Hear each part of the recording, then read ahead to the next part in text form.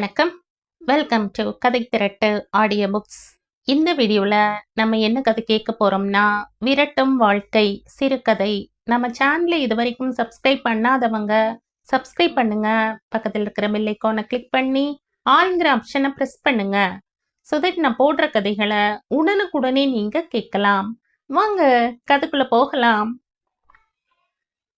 உச்சி வெயில் நேரம் பொத்தலாகி ஆங்காங்கே வானத்து வெளிச்சத்தை உள்வாங்கிய கூரை முகட்டில் இருந்து சுள்ளென்று வெயில் கொழுந்துகள் குடிசையின் மண் தரையில் வெப்பத்தை இறக்கிக் கொண்டிருந்தன. தன் உடம்பில் பட்ட வெயிலினின்றும் ஒதுங்கி நகர்ந்து படுத்தாள் கன்னியம்மா. பசியின் தகிப்பினால் சோர்ந்து போய் மரவட்டையாய் சுருண்டு கிடந்தாள் அவள். அந்த குடிசையின் ஒரு மூலையில் இருந்த அடுப்பில் சாம்பல் பூத்து கிடந்தது. 2 நாளாக சரியான அன்னந்தண்ணி ஆகாரம் இல்லாமல் அடுப்பு இளைப்பாறிக் கொண்டிருந்தது. குடிசை வாசல் வேப்ப மரத்து நிழலில் போட்டிருந்த கயிற்று கட்டிலில் மொக்கையன் படுத்து கிடந்தான். புதிதாக இப்போதுதான் படுக்கிறானா என்ன? கடந்த 6 மாத காலமாக இதே படுக்கைதான். தள்ளாமையும் மோப்பும் அவனை பாடாய்படுத்தியது. இருமல் வேறு விடாமல் தொடர் இருமலாய் அவன் இருமும் போது அந்த பழைய கயிற்றுக்கட்டில் அதிர்ந்து குலுங்கும். 2 நாளாக உலைக்கு வழியில்லை என்றாலும் கிழவனை பட்டினி போட முடியுமா? தெரிந்த டீ கடையில் கெஞ்சி கடன் கேட்டு டீயும் 2 பன்னும் வாங்கி கொடுத்து அவன் வயிற்றை ஈரமாக்கினாள் கன்னியம்மா. பிழைப்புக்கு வழி இருந்தால் தானே கூலி கிடைக்கும். அரை வயிற்று கஞ்சியாவது காய்ச்சி குடிக்கலாம். மொக்கையன் மீண்டும் இருமி தீர்த்தான். கன்னிமா, ஒரு வாய் வெண்ணி கூட, நாக்கு வரட்டுதே. இருமலுக்கிடையே கேட்டான் மொக்கையன். இந்தா வெண்ணி என்று நீட்டினாள் கன்னியம்மா. வெந்நீரை குடித்துவிட்டு குவளையை நீட்டினான் மொக்கையன். அறுப்புக்கு போவலையாக்கும்? கிழவன் அவளை பார்த்தான். பசியின் கிறக்கத்தில் இருந்த அவளுக்கு அவன் கேள்வி எரிச்சல் ஊட்டியது. மழை பெஞ்சு வயக்காடெல்லாம் விளைஞ்சு கதிரு தலை சாஞ்சு நிக்குது பாரு, அதுல அறுப்புதான் பாக்கி. இந்த ஊர்ல எப்பத்தான் விளைஞ்சது இப்ப குறப்பட்டுக்க. 2 வருஷமா வானமும் திறக்கல, ஊரே பஞ்சம். ஆனானப்பட்ட மெட்ராஸே தண்ணிக்கு குடத்தை தூக்கிட்டு அலைஞ்சதுன்னா பாரேன். கிட்டக்க இருக்கிற இந்த ஆம்பூரில் மட்டும் மழை கொட்டுமாக்கும். விளைஞ்சா தானே கூலிப்பாடு. கிழவன் மொக்கையன் வாயை மூடிக்கொண்டான். பாவம், இவள்தான் என்ன செய்வாள்?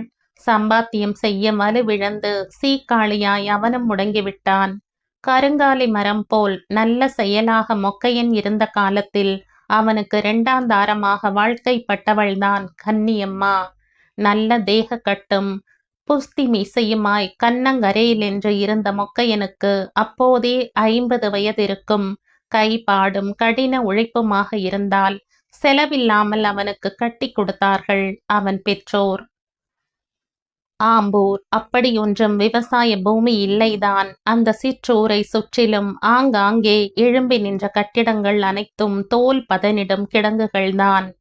மீரான் சாஹிப் தோல் கிடங்கில்தான் மொக்கையனும் வேலை செய்தான். நல்ல வருமானம், அழகான இளம் மனைவி, ஒரே பெண் குழந்தை என்று வாழ்க்கை சகடம் வேகமாகவே ஓடியது. ஆனால் அவனிடம் உள்ள குடிப்பழக்கம் மட்டும் கன்னியம்மாவுக்கு கட்டோடு பிடிக்கவில்லை. இருட்டிவிட்டால் சாராயத்தின் தள்ளாட்டத்தோடுதான் வீடு திரும்புவான் அவன். வயசு முறுக்கில் உள்ளே சென்று செரிமானமான சரக்கெல்லாம் இப்போது வயோதிகத்தின் தொய்வில் 100 கிழம் போல் அவனை கட்டு தளர்ந்த சுமையாய் சிதற வைத்தது. கடுமையாக உழைக்க முடியாமல் கொஞ்ச நாள் கிட்டங்கியை விட்டு நின்றதும் விறகு கடையில் எடை போட்டு காசு வாங்கும் இலகுவான வேலை பார்த்தான். வயசு 70 நெருங்கிவிட்டதால் கண்ணும் மப்பு தட்டி போனது. இப்போது சீக்காளியாகி கயிற்று கட்டிலே கதியென்று ஆனது. அதன் பின் அங்கங்கே கிடைக்கும் கூலி வேலைகளுக்கு போய் சம்பாதித்து குடும்பத்தை நடத்தினாள் கன்னியம்மா. 2 நாளாக எந்த வேலையும் கிடைக்கவில்லை. அதனால் அடுப்பில் உலையும் கொதிக்கவில்லை. அம்மா, குருவம்மா வீட்டு முருங்கை கொம்பு உடைஞ்சு போச்சு, கீரை கொடுத்தா குருவம்மா என்று கூவிக்கொண்டே கட்டாக முருங்கை கீரையை தரையில் போட்டாள் சிவகாமி. அவர்களது ஒரே மகள், பருவத்தின் மதர்ப்பில் கல்யாண சந்தையில் காத்து கிடப்பவள். அரிசிக்கே வழியில்ல, கீரை ஆஞ்சு என்ன செய்யறது? பசேல் என்ற கீரை தளிர்களைக் கண்டு ஏமாற்றத்தோடு சொன்னாள் கன்னியம்மா. அரிசி இல்லாட்டி என்னம்மா, கெவுரு மாவுல முருங்கைக்கீரைய போட்டு அடை தட்டேன். வாசனையா ரொம்ப ருசியா இருக்கும்ல, பசிக்குதே, உற்சாகத்தோடு சொன்ன சிவகாமி சோர்ந்து போய் வார்த்தைகளை முடித்தாள். மகளை பார்க்க பார்க்க கன்னியம்மாவுக்கு துக்கம் தொண்டையை அடைத்தது. பசி பொறுக்க மாட்டாளே அவள். மாவு இல்லையே என்றாள் தர்ம சங்கடத்தோடு. 3ஆம் வீட்டு பாப்பாத்திகிட்ட கடன் வாங்கி வரட்டா? நேத்து தான் மிஷின்ல அரைச்சு வர்றத பார்த்தேன். கேட்டு பாரு, கொடுத்தா வாங்கியா? இன்னும் சிறிது நேரத்தில் தின்ன போகும் கெவரு அடையை நினைத்து கொண்டே துள்ளி ஓடினாள் சிவகாமி. பெருமூச்சு விட்டாள் கன்னியம்மா. முருங்கை கீரையோடு சங்கமமாகி அடுப்பு சூட்டில் கம கமவென்று மணந்தது கேழ்வரகு அடை. கயிற்று கட்டிலில் சோர்ந்து கிடந்த மொக்கையனுக்கு 2 அடையை கொடுத்துவிட்டு தாயும் மகளும் சாப்பிட ஆயத்தமான போது குடிசை வாசலில் நிழல் தட்டியது. கன்னிமா, என்ன செய்ற என்றபடி எட்டி பார்த்தாள் அடுத்த வீட்டு வேம்புலியம்மா. வா வா, கெவுரு அடை தின்ன என்று ஒன்றை எடுத்து அலுமினிய வட்டிலில் வைத்து நீட்டினாள். வேண்டா, இப்பத்தான் பழையது கரைச்சு குடிச்சிட்டு வாரேன் என்றாள் வேம்புலி. மேஸ்திரி பார்த்தேன், கட்டிட வேலை தொடங்கியாச்சாம். நாளையிலிருந்து வேலைக்கு வர சொல்லுச்சு. எப்படியோ நமக்கும் விடிஞ்சுதே, அதை சொல்லு. இன்னும் ஒரு 6 மாசத்துக்கு சோத்து கவலை இல்ல. சாய்பு வீட்டுல மச்சு கட்டுறாங்க, 2 அடுக்கு, அதான். அவள் சொல்ல சொல்ல கன்னியம்மாவுக்கு உவகை கட்டுக்கொள்ளாமல் பொங்கியது. வற்றிய திரையில் வார்த்த நெய்யாய் வெளிச்சம் பரவியது. நீ போறியாக்கா என்றாள். பின்ன சோம்பி உக்காந்தா சோறு ஆறு போடுவா? உழைச்சாத்தானே 4 காசை கண்ணால காண முடியும். வேலைன்னு கிடைச்சா போதுமே. அப்புறம் இன்னொன்னு, சித்தாளு கூலியில 5 ரூபா, மேஸ்திரி கமிஷன் போக 25 தான் கிடைக்குமாம். வீட்டுக்கார கேட்டா 30ன்னு சொல்ல சொன்னா. கண்ட கதை தானே, எதிர்த்து கேட்டாக்கா உள்ளதும் போச்சு நொல்ல கண்ணான்னு கும்பி காய குந்த வேண்டியதுதான்.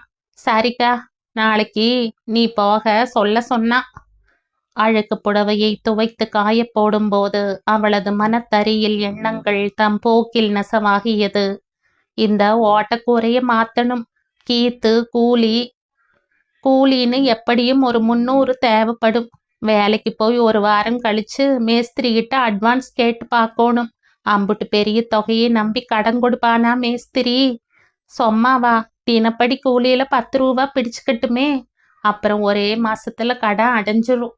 பொறவு சேட்டு கடையில தூங்குறதோட மூக்குத்திகளை மூட்டு சிவகாமி கல்யாணத்துக்கு போடணும். பொறவால 1000 ரூபா சேர்த்து முடிச்சதும் சிவகாமி கல்யாணத்தை முடிக்கணும். பெரிய நிம்மதியே. அவளை முறையா சீரு சனத்தியோடு ஒருவன் கையில பிடிச்சு கொடுத்து பொறவுதான். இந்த கட்டிட வேலை முடிஞ்சாலும் மேஸ்திரி வேற வேலைக்கும் கூப்பிடுவானா? நினைத்து பார்த்து நிம்மதி பெருமூச்சு விட்டாள் அவள். விடிஞ்சதுல இருந்து அந்த ஆளுக்கு முடியல. சூக்கு காப்பி வச்சு கொடுத்துட்டு 1 வாய் ரசஞ்சோறும் கரைச்சு கொடுத்துட்டு வர்றேன். மனசு கிடந்து அடிச்சுக்குது. தூக்கு பாத்திரம் சகிதமாக நடந்து கொண்டே சொன்னாள் கன்னியம்மா. அவளது முகத்தில் கவலை ரேகைகள் சுருக்கொண்டிருந்தன. ஆறு, உன் புருஷனியா சொல்ற? சீக்காளியாச்சே, பேசாம கவர்மெண்ட் ஆஸ்பத்திரியில காட்டேன் வேம்புலி சொன்னாள். எல்லாம் காட்டியாச்சு, ஒன்னும் சுகமில்ல. அங்கேயும் துட்டு செலவு பண்ணாதான் நல்லா பாக்குறாங்கோ. கட்டில் கொடுக்குறாங்கோ, இல்லாட்டி போனா தரையில பாய்தான். அதுவும் இல்லாம கட்டிட வேலை முழுசா கிடைச்சிருக்கிறப்போ இதை விட்டுட்டு சோறு சுமந்துக்கிட்டு ஆஸ்பத்திரிக்கு அலைய முடியுமா? சரி சரி, கவலைப்படாத. வீட்டுலதான் சேவகாமி இருக்காளே, அப்புறம் பாத்துக்குவா வெரசாவா. கடந்த 1 வாரமாக அவள் கெஞ்சி கேட்ட முன்பணத்தை இன்று சனிக்கிழமை வாரக்கூலி கொடுக்கும்போதுதான் மேஸ்திரி கொடுத்தான். அவள் மனசு ரப்பர் பந்தா எகிரி குதித்தது. நாளைக்கு வாய்க்கு ருசியா மீன் வாங்கி குழம்பு வைக்கணும், ஓலை மாத்தணும். அப்படியே சிவகாமிக்கு ஒரு தாவணி துணி எடுக்கணும். வயசு பொண்ணு, புடவையில கிழிச்ச இத்து போன கிழிசல கட்டிட்டு திரியறா. அப்போது அலைய குலைய ஓடி வந்து மூச்சு வாங்க நின்றாள் சிவகாமி. ஏண்டி, என்ன? ஏன் இப்படி ஓடியார? பதறி போனாள் கன்னியம்மா. அம்மா, ஐயன் நம்மளை எல்லாம் விட்டுட்டு போயிடுச்சு. ஐயோ, என் தலையில இடிய போட்டுடியடி சாமி! அலறிக்கொண்டே மகளோடு ஓடினாள் கன்னியம்மா. அவள் ஓடிய போது கூந்தல் அவிழ்ந்து காற்றில் பறந்தது. கட்டிட வேலையாட்கள் ஒரு கணம் ஸ்தம்பித்து நின்று பச்சாதாபத்தோடு அவளை பார்த்தனர். அவர்களது பார்வையில் கழிவிரக்கம் தெரிந்தது. பாவம், கிழவனுக்கு 2ஆம் தாரமா வாக்கப்பட்டா. கொஞ்ச காலம் நல்லா இருந்தா. சீக்காளினாலும் புருஷன்னு ஒரு கட்டை அவ தாலிக்கு காவலா இருந்தது. இப்ப அதுவும் போச்சு பாவம். உடன் வேலை பார்ப்பவள் உள்ளார்ந்த அனுதாபத்தோடு சொன்னாள். நானும் புறப்படுறேன் என்று வேம்புலியும் கிளம்பினாள். மொக்கையனின் காரியங்கள் முன்னமாகவே முடிந்துவிட்டன.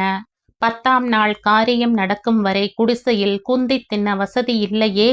எல்லா சாஸ்திர சாங்கியங்களும் இருக்கப்பட்ட ஜனங்களுக்குத்தானே. வறுமை கோட்டுக்கு கீழே உள்ள ஏழைகளால் என்ன செய்ய முடியும்? 7ஆம் நாளே அவள் கட்டிட வேலைக்கு வந்து விட்டாள். வேம்புலிதான் அவளை தேற்றி அழைத்து வந்தாள். மத்தியான ஓய்வின் போது மரத்தடி ஈரமணலில் வேலையாட்கள் தொண்டை விரித்து கோழி தூக்கம் போட்டு கொண்டிருந்தனர். ஒரு ஓரமாக சாய்ந்து உட்கார்ந்திருந்தாள் கன்னியம்மா. மேஸ்திரி அவள் அருகே வந்தான். சற்று இறங்கிய குரலில் கேட்டான். ஆமா, அன்னிக்கு வந்ததே, அது உன் பொண்ணா? அவனது கண்களில் ஆசை கொப்பளிப்பதை சூசகமாக உணர்ந்தாள் அவள். ஆமா. இப்படி ஒரு மக இருக்கிறது சொல்லவே இல்லையே. அழகுல உன்னைய மாதிரி. அவளுக்குள் பச்சை மிளகாயை கடித்த எரிச்சல். எதுக்கு சொல்லணும்? இல்ல, ஒண்டியா கஷ்டப்படுறியே. உன் மகளும் வேலைக்கு வந்தா 2 கூலி கிடைக்குமே, சௌகரியமா இருக்கலாமேன்னுதான். மேஸ்திரி அவள் முகத்தை பார்த்தான். அது 10 மட்டும் படிச்சிருக்கு. அவங்க அப்பா இருந்த மட்டும் செல்லமா வளர்த்திட்ட. இந்த சித்தாளு பொழப்பெல்லாம் என்னோட ஒழியட்டும். என் பொண்ணுக்கு வேண்டாம். உன்னோட நல்லதுக்கு தான் சொல்ற. பாவம், புருஷன் போனப்புறம் கடன்னு கஷ்டப்படுறியே. இனிமே 5 ரூபா கூலியில உனக்கு மட்டும் வசதி இருக்க. மற்றவங்க கிட்ட சொல்லாத. உன் குடும்பத்து மேல எனக்கு அக்கறை இருக்கிறதால இது செய்யற. உன் பொண்ணு வேலைக்கு வந்தாலும் கூலியில 5 ரூபா கூட போட்டு தார. ஒன்னும் அவசரம் இல்ல. நல்லா யோசனை பண்ணி பொறவால சொல்லு போதும். மேஸ்திரியின் திடீர் கரிசனமும் அக்குசும் புரியாதவளல்லவா அவள். சோழியன் குடுமி சும்மாவா ஆடும்? கிழடோ கட்டையோ புருஷன் என்று ஒரு துணை வீட்டு மூலையில் முடங்கி கிடந்தவரை இருந்த பாதுகாப்பும் பலமும் தொலைந்து போன அவலத்தில் கண்ணீர் கொப்பளித்து கொண்டு வந்தது. இமைகளை அழுத்தி மூடி கண்ணீரை கட்டுப்படுத்தினாள். அப்படியும் மனசுக்குள் கடல் அலைகளின் ஓலமாய் இரைச்சல் கேட்டது. தான் நிர்கதியாகி நிற்கிற சோகம் அவளை வதைத்தது. என்ன யோசனை பண்ற? காசு பணம் செலவு செஞ்சு நகை நட்டு போட்டு சிவகாமிய கட்டி கொடுக்க முடியுமா உன்னால? பேசாம ராசப்பனுக்கு சிவகாமிய கட்டி கொடுத்துட. என்னாண்ட 4-5 தடவை கேட்டுட்டான். அவனுக்கு என்ன குறை? பழைய பேப்பர் வியாபாரம், கை நிறைய சம்பாதிக்கிறான். மூத்த சம்சாரம் பிரிஞ்சு போய் ரொம்ப காலம் ஆகுது. பிக்கல் பிடுங்கல் இல்ல. வேம்புலி பதமாக பேசினாள். ராசப்பனை கன்னியம்மாவுக்கு நன்றாகவே தெரியும். தெரு தெருவாக கூவி பழைய பேப்பர் புட்டி என்று வாங்கி விற்பவன். கொஞ்சம் வயசானவன். இவளை பார்க்கும் போதெல்லாம் சிவகாமியை கட்டி கொடுக்க சொல்வான். ஏதோ விளையாட்டுக்குத்தான் அப்படி சொல்கிறான் என்று நினைத்தாள். இப்போது நிஜமாகவே தூது விட்டிருக்கிறான். வயசுதான். அவள் முடிக்கவில்லை. என்ன வயசு? ஆம்பளைக்கு 45 வயசு ஒரு வயசா? நீ சரினா காசு பணம் செலவே இல்லாம ராசப்பனே 2 செலவும் போட்டு கோயில்ல கல்யாணத்தை முடிச்சுக்கலாம்னு சொல்றா. இதுல யோசிக்க என்ன இருக்கு? நீ சுலபமா சொல்லிட்ட. அந்த நாள்ல இதே மாதிரி இவங்க அப்பனுக்கு நான் வாக்கப்பட்டு என்னத்தை கண்ட? வயசானவங்கிட்ட என்ன சுகத்தை காண முடியும்? இப்ப 2 கட்ட வயசுல தனிமரமா நிக்கிற. வயசானவனுக்கு முந்தி விரிச்சு நான் பட்ட கஷ்டம் என் அவளுக்கும் வர வேண்டாம்னு பாக்குறேன். ஏழையோ பாழையோ தினப்படி கூலிக்காரனாவே இருந்தாலும் சரி, அதாவது பருவ வயசுல மனசொத்து கடைசி வரைக்கும் சந்தோஷமா வாழ்ந்தா போதும். ஏழையானவன் காலப்போக்குல பணக்காரனா மாறலாம். ஆனா கிழவன் குமரனா ஒரு காலம் முடியாது. அவள் சொன்னதை கேட்டு பொறி கலங்கி நின்றாள் வேம்புலி. இந்த அமைதியான கன்னியம்மாவுக்குள் இவ்வளவு மனக்குறையும் சோகமும் புதைந்து கிடக்கிறதா? இருட்டிவிட்ட அந்தி நேரம். வேலிப்படலில் கிடைத்த துவைத்த துணிகளை அள்ளிக்கொண்டு அவள் திரும்பிய போது மேஸ்திரி உள்ளே வருவது தெரிந்தது. அவன் கண்களில் தெரிந்த காமம் அவளை அச்சுறுத்தியது. சிவகாமி, பக்கத்தூட்டு கமலத்துக்கு இங்கிலீஷ் பாட்டு தெரியலையாம், கொஞ்சம் போய் சொல்லிக்கூட. தாய் பறவையின் சிறகணைப்பாய் வார்த்தைகள் குடை விரித்தன. சிவகாமி வெளியே செல்வதை ஏமாற்றத்தோடு பார்த்து கொண்டு நின்றான் மேஸ்திரி. மேஸ்திரி, என்ன இந்த நேரத்துல? அவளது குரல் கேட்டு திரும்பினான் மேஸ்திரி. அப்போதுதான் அவனை விளக்கு வெளிச்சத்தில் பார்த்தாள். முன் தலையில் குப் என்று நரைத்த இடமும் மீசையில் எட்டி பார்த்த வெள்ளி துணுக்குகளும் சட்டென்று கருத்த மாதிரி தெரிந்தன. ஓ, சாயம் பூசியிருப்பானோ? எதற்காக இந்த இளமை வேஷம்? மீசை நரைத்தாலும் ஆசை நரைக்காத சபலமோ? சொம்மா இந்த பக்கம் வந்த, அப்படியே பார்த்துட்டு போலாம்னு இழுத்தான். வார்த்தைகள் மணலில் புதைந்த பாதமாய் தடுமாறின. காப்பி தண்ணி குடிக்கிறையா? அதெல்லாம் ஒண்ணும் வேணாம், ஒரு விஷயம் நேர்ல பேசணும்னுதான் வந்து சிவகாமிய வேலைக்குத்தான் அனுப்ப மறுத்துட்ட.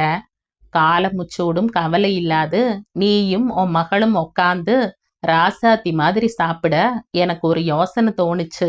அதுபடி நடந்தா நீ கூட சித்தாளு வேலை பார்க்க வேணாம், நானே உங்க 2 பேரையும் கஷ்டப்படாம காப்பாத்துவேன். பூனை ஏன் உரியை சுற்றி வருகிறது என்பதை உணர்ந்தவளாய் அவள் அசூயையோடு மௌனமானாள். நீ எனக்கு மாமியார் ஆனா போதும். ஒரு வழியாய் வந்த விஷயத்தை சொல்லி முடித்தான் மேஸ்திரி. அவளுக்கு எங்கிருந்துதான் அப்படி ஒரு ஆவேசம் வந்ததோ பத்ரகாளியாய் மாறினாள். போயா வெளியே, என் மக வயசுல உனக்கும் பொண்ணுக இருக்கு. என் மகளை வப்பாட்டியாக்கிக்க எந்த தைரியத்துல இங்க வந்த? சுடுகாட்டுக்கு போற வயசுல நரமிசைக்கு சாயம் வேற. இதுக்காக நீ ரொம்ப வருத்தப்படுவ. அரண்டு போய் பிதற்றினான் அவன். சார்தான், போயா வெளியே. அட்வான்ஸ் பாக்கி கூடவே திருப்பி கொடு, நாளையிலிருந்து உனக்கு வேலை இல்லை. ரொம்ப சந்தோஷம், ஒரு வாரத்துல மிச்ச பணத்தை உன் மூஞ்சியில கடாசற, போய் தொலை. அன்று இரவெல்லாம் அவளுக்கு தூக்கமே வரவில்லை. புரண்டு புரண்டு படுத்தாள். இந்த மாமிச கழுகுகளுக்கு முன்னே புறா குஞ்சை வைத்து பொத்தி பாதுகாக்க முடியாது. அவள் ஒரு தீர்மானத்துக்கு வந்தாள். அதன் பின் நிம்மதியாக உறங்கினாள். என்ன கண்ணியம்மா, திடுதுப்புன்னு மூட்டை முடிச்சு கட்டிட்டு மெட்ராஸ் போறேன்னு கிளம்பிட்ட, இனிமே வரமாட்டியா? வயசு பொண்ணை வச்சுட்டு அங்க போய் என்ன செய்வ? எப்படி பொழைப்ப? உள்ளார்ந்த அக்கறையோடு கேட்டாள் வேம்புலி. அவள்தான் இவளுக்கு உண்மையான சிநேகிதி. இங்க தனியா இருந்து என்ன பண்ண? சைதாப்பேட்டையில என் தம்பி பிளாட்பாரத்துல சைக்கிள் ரிப்பேர் பாக்குறான். தூரத்து உறவுதான், அவனுக்கும் துணையில்ல, ஒண்டியா இருக்கான். 25 வயசாவது. சிவகாமி அவனுக்கு கட்டி வச்சு ஒரு வீடு பிடிச்சு குடித்தனம் நடத்தணும். நானும் 2 பங்களாவில் வீட்டு வேலை செஞ்சா 4 காசை கண்ணுல பார்க்கலாம். அங்க எல்லாம் வேலைக்கு ஆள் கிடைக்காம அவதிப்படுறாங்களாம். போன வாரம் வந்துட்டு போன என் தம்பி முத்துவேல் சொன்னான். அதான் குடிசைய வித்து மேஸ்திரி கடனையும் மத்த கடனையும் அடைச்சிட்டு மெட்ராஸ்க்கு கிளம்பிட்டேன். நானும் என் தம்பியோட நிழல்ல கடைசி வரை அக்கடான்னு விழுந்து கிடக்கலாமே. என்னோட சம்பாத்தியமும் என் மகளுக்கு தானே. வரட்டுமா? கடிதம் போடுறேன். சிவகாமி கல்யாணத்துக்கு வந்து சேரு.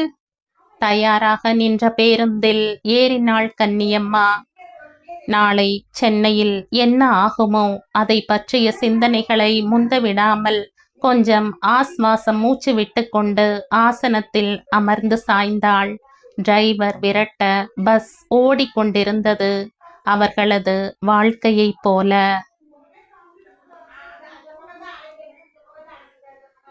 இதோடு இந்த கதை முடியுது. வாசுகி இதழில் ஏப்ரல் 1994ஆம் ஆண்டு வெளிவந்த சிறுகதை இது. இந்த கதை உங்களுக்கு பிடிச்சிருந்தா லைக் பண்ணுங்க, ஷேர் பண்ணுங்க, சப்ஸ்கிரைப் பண்ணுங்க. மற்றும் ஒரு இன்ட்ரெஸ்டிங்கான கதையோட அடுத்த வீடியோல சந்திப்போம். பாய். தேங்க்யூ.